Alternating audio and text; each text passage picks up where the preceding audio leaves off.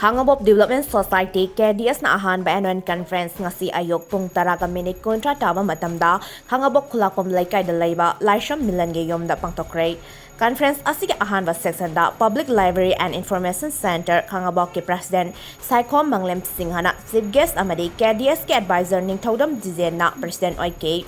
KDS ke President Laishram na introductory speech pidana haudokkiba conference asige Ahanba section asida KDS ke Secretary Thoksom Bisoje na KDS na tam lisingani kunitoi dagina kun mga mas pawada pangthokkiba thabak singi matangda report ama thamki amade KDS ke Finance Secretary Khunrakpam Joy Kumar Maitaina thamkiba financial report su ngasigi conference asina ayaba PK Conference asigi second section dana Khangabok Development Society KDS ke lakadaba tam lisingani kun mga dagina kun nipan mas pawage miyoi taret na saba executive body amasu khanke KDS ke nauna thau puba khan khraba singdi President oina Thoksom Biswajit Vice President oina Saikhom Sanahan Basing amade Khunrakpam Sankar General Secretary oina Laishram Milan Joint Secretary oina Laishram Ingota amade Saikhom Naresh Kumar Finance Secretary oina Khunrakpam Joy Kumar Maitai Assistant Finance Secretary oina Thoksom Pramjit amade Publicity Secretary oina Kiran Kumar Ningthauzam Assistant Publicity Secretary oina